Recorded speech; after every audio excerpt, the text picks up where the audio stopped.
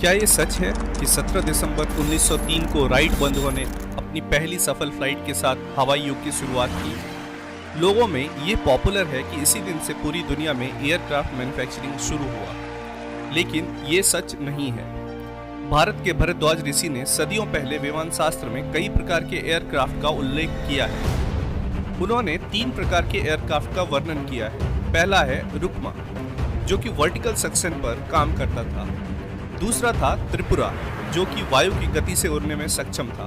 और तीसरा था सुंदरा, जो कि 100 फीट ऊंचा और एक क्रिस्टल की एनर्जी से उड़ता था। भारत से जुड़े ऐसे ही फैक्ट्स को जानने के लिए चैनल को सब्सक्राइब करें। धन्यवाद।